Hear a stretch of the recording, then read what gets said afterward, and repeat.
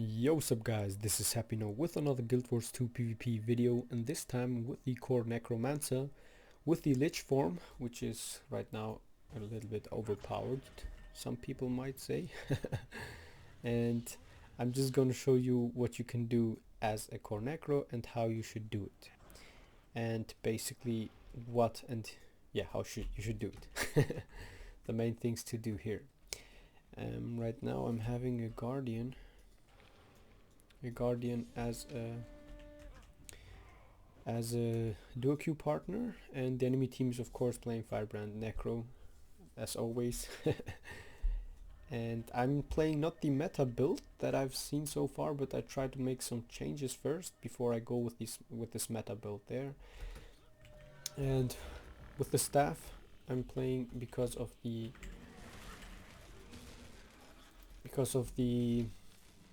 utility of the fear, which allows me to play this build a little bit harder. Let's see. Let's catch this guy here. That's some nice fear. Okay, he's dealing also quite some damage. What are they playing now? Just don't looks like they're playing some meta builds there. My ally is playing some, as it looks like, Burn Guardian or something. I don't know. Elite skill. Finishing off this guy here fast. And the next guy here as well. Okay. No, the fear was a little bit too early for me. It's fine though. It's fine. We got this. My Burn Guardian is dealing heavy damage here. We got this. Yeah, they were not expecting, I guess, the Burn Guardian, and you can see how strong the Lich form is in certain ways against Firebrands, which is, in my opinion, a really strong counter, which I wanted also to show you maybe in another video. But Firebrand can easily counter this comp. And how you should counter as a Necro a Firebrand is with Corrupt Boon.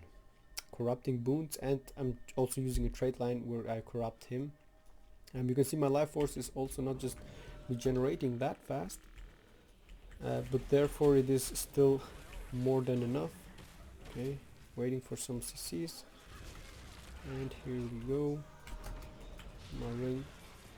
My ring was a little bit bad placed, I guess, but still worked pretty fine here for me.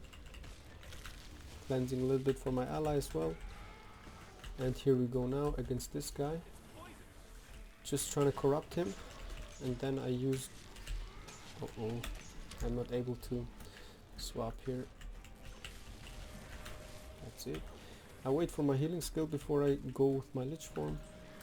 I'm swapping the targets the entire time. Here we go. Healing off this guy. And now we should have an easy game. You can see this here, 4,000 damage per tick. 3,000, he has protection, and really annoying. What you have to watch is the timing. Against these comps you have to watch your timing. You should not just go in with lich form, because if he goes to his chapter 3 F3 virtue, he can just easily block your attacks with a bubble, and that's what you should avoid. Corrupt Boon is therefore a great option here, and also Spectral Ring, which can make, if you catch the enemies on a point where they can't move around, it is pretty strong. It makes them waste a lot of stun breaks, so you can freely afterwards just go with your lich form and attack the enemy players. And on the lich form you have two things to do.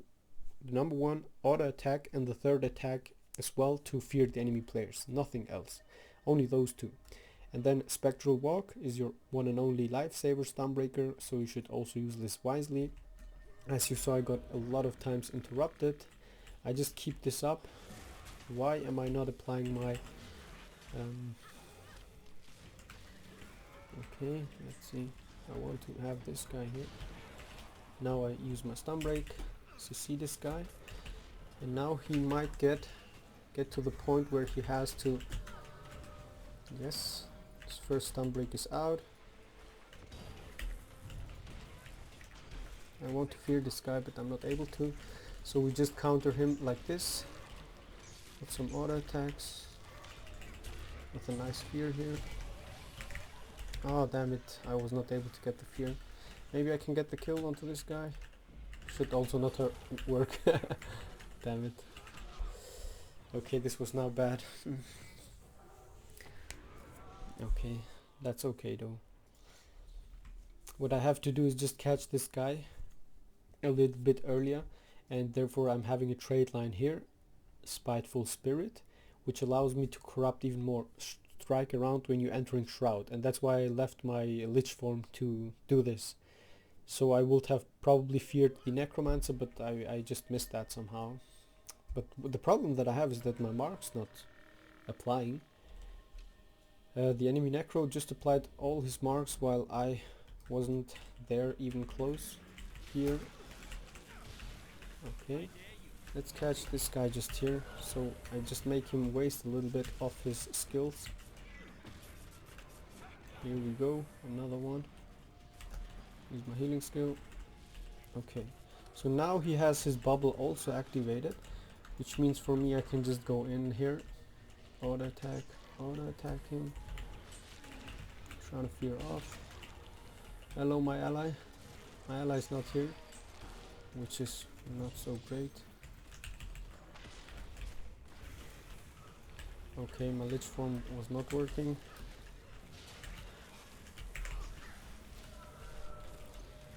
We need to use the elite skill. I just want to catch them here. We are just not team working now.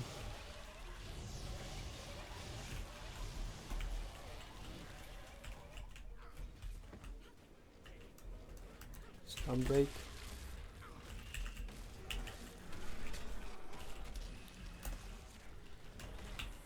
Giving his conditions back there onto him. Touching that. I still have time. Can use my healing skill now.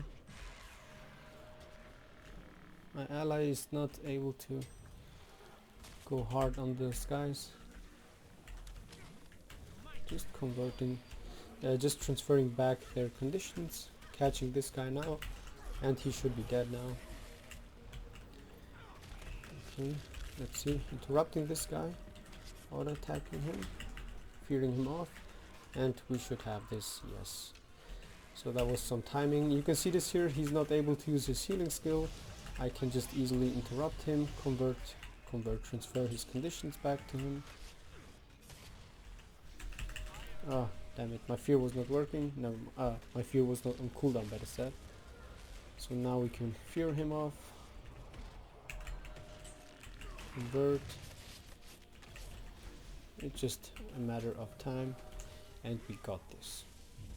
Okay, so I'm gonna still show you the tanky type of this build, but not right now because I'm ranking up a little bit, so I need to play it a little bit better, and I can't just play always the same profession. I have to swap around the classes.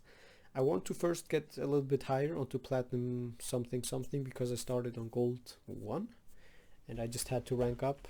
I want to have this 2v2 elite title, so I have to stay on top 250, and if I stay like platinum 2 or something, I should be able to stay on that point. And here we go with the build, guys. We don't want to make this video so long. This is just to show you the meta build, how to say it. The Paladin Amulet was even my main choice here because it gives you power, precision, toughness, vitality. Or what I was also thinking is with the Demolisher's Amulet, you should be also really nice to go a little bit more damage output here. Because of the precision, which allows you to crit more often, but no, it is actually because of the ferocity, because Paladin has the same stats almost. Yes, it has only vitality, so vitality is the tankier type, I would say. And the Demolisher's one just allows you, when you crit, to deal more damage, which is a little bit stronger in your lich form, not in the normal form, because on the normal form you just have not so much damage. And then I'm using Rune of the Strength, but what I've seen is people using, I guess, the Doliac rune for even more HP recovery, and then people are not using the staff, but I showed you why I use the staff 5 Reaper's Mark is just my main choice here, because once we downed, what I've seen a lot once we downed, like in a double necro comp, once we downed the enemy necro, the other necro was able to easily get the revive. Why? Because we were not able to interrupt. And with this we have an extra interrupt here. I have interrupt here, Wail of Doom, and on my death shroud I have also an additional interrupt. And that's like the main important thing here, why I'm using the staff. And the other weapons, what you can use, oh just a second, you can use here dagger, and what was it, the other one, focus. Yeah, dagger focus. Dagger focus allows you to cleave a little bit better, more damage output. You have this close ranged AoE attack, not AoE attack but multiple hits attack. You have a nice immobilize here, and what you have is the fifth one to convert boons, which is also pretty nice. But the problem here is the short range, and on short range if you have no HP you are just wrecked. That's why I still recommend to use staff. I can't use it. Why? I have no idea. I'm in combat. Wow. I got in combat because I applied the condition to myself. I'm stupid. Yeah. So far that's it, and let's go with the skins, because a lot of people will just ask me here about the skins. I'm using strong acolyte mask, or just acolyte mask, raven mantle, laystone vestment, pyre gloves, illustrious breeches, and illustrious footwear. Then Mordrem axe, dragon steep from the dungeon, warhorn, and mighty spectral staff, which fits pretty nice with this color here with the dye. Pretty awesome looking necromancer. Let's go ahead with the build. So the tankier one is the paladin and rune of the Doliac, but I like the strength one a little bit because it applies, it just adds some more damage output against squishy comps. Pretty strong, the rune of the strength, but this one just makes you more tankier. Then I'm using Sigil of Battle normally on both weapons, and Sigil of Courage here to stack some more mites, especially before I go to my lich form, allowing me to have some nice might stacks. And then Sigil of Absorption was just an optional thing. I used to play with the Doom one because the Doom one just makes the enemy player heal for less, and it is a condition, so everything is good with it. Otherwise stagnation could be an option here. Stagnation when swapping while in combat will cripple the enemy player. This just allows you to get closer to him when you go to your lich form. And what else can we do then? I guess nothing. That's just basically it from the runes. The sigils, I mean, can be swapped. If you want to play it hardcore tanky, you can go on both weapon sets, Sigil of Energy and something with boon removal, like the removal, cleansing, purging, cleansing one for example here. And then escape could also be on the staff if you want to have a backup. It has 18 seconds cooldown but could be really nice. It removes immobilize and so on, so for survivability pretty nice option. And then cleansing for example to make the tankier build, but I'm not such a big fan of those cancer comps, as you all know. Then the main trait lines here are blood magic, spite, and death magic. On blood magic I use Ritual of Life. It just allows you to get like 9 out of 10 the revives, because the enemy players are not able to CC you properly or they waste their CCs. This allows you to have a 4% faster revive, which means a 14% per tick, and the duration is 5 seconds, so it will heal 5 times 4, so 20% HP I would say. And in the initial pact it will also revive for a 4%, which means a 24% revive only by this one, which is huge and what makes Necro so strong. Then Vampiric Presence, your nearby allies 7 health with attacks. This effect increases while in Shroud. This is just to get some HP recovery, mainly for your ally, because it will not affect you so much. And otherwise, if you need this, if you see in a 2v2 your ally is just dying the entire time, you can go with Life from Death, heal and partially revive allies in an area when you exit Shroud. This adds another 5% in combination with the Ritual of Life, Well of Blood. You have a 9% immediately revive onto those people, and if you start reviving while in Shroud and you get out of the Shroud, you have an additional 5%, which can be really nice to play around with this. but you can't just go out of your shroud while reviving, because it will stop the revive, which is also annoying. But when the shroud just disappears because you have no life force, it will still trigger this trait line and you are still reviving. Then on Holy Mature, entering shroud transfers conditions from your allies to you. Exiting shroud consumes conditions currently on you and converts them to life force. That's why what I used once on my guardian. He got Condi bombed together with me. I removed his conditions and I went out of my shroud immediately again to get this boon, to get this triggered, which means conditions getting removed, and I get life force for that, which can be also allowing you to play some tricky games. Then on Spite, this is like the main damage source here, but I'm thinking also to removing this to play around with this, because it gets only played because of the signets, and I will explain that as well, don't worry. Then Spiteful Renewal, for consume conditions to gain health when you use a healing skill, which means in addition to that I'm gonna get an extra Condi cleanse when I use my healing skill. It is basically not because of consume conditions here, but because of the normally you use Signet of Vampirism, and that's why this comes in. Otherwise, I don't know what I was thinking. Chilling foe inflicts vulnerability. This could add some more damage pressure, but we are not having so much chill, only with the chill blades here, but otherwise nothing much. And then Awaken the Pain. Might grants you more power and less condition damage. Gain might when entering shroud. When you go into your shroud, you get the 5 stacks of might for 5 seconds. This could be even longer, man, but I don't know why. And with the Rune of the Strength, of course, it gets a little bit longer duration. And then cripple nearby foes and convert their boons into condition. And this triggers when you go to your shroud. And how many conditions? Boons converted to conditions 1. Boons, bonus boons converted to conditions 1. Convert additional boons on foes below the health threshold, which means under 50%.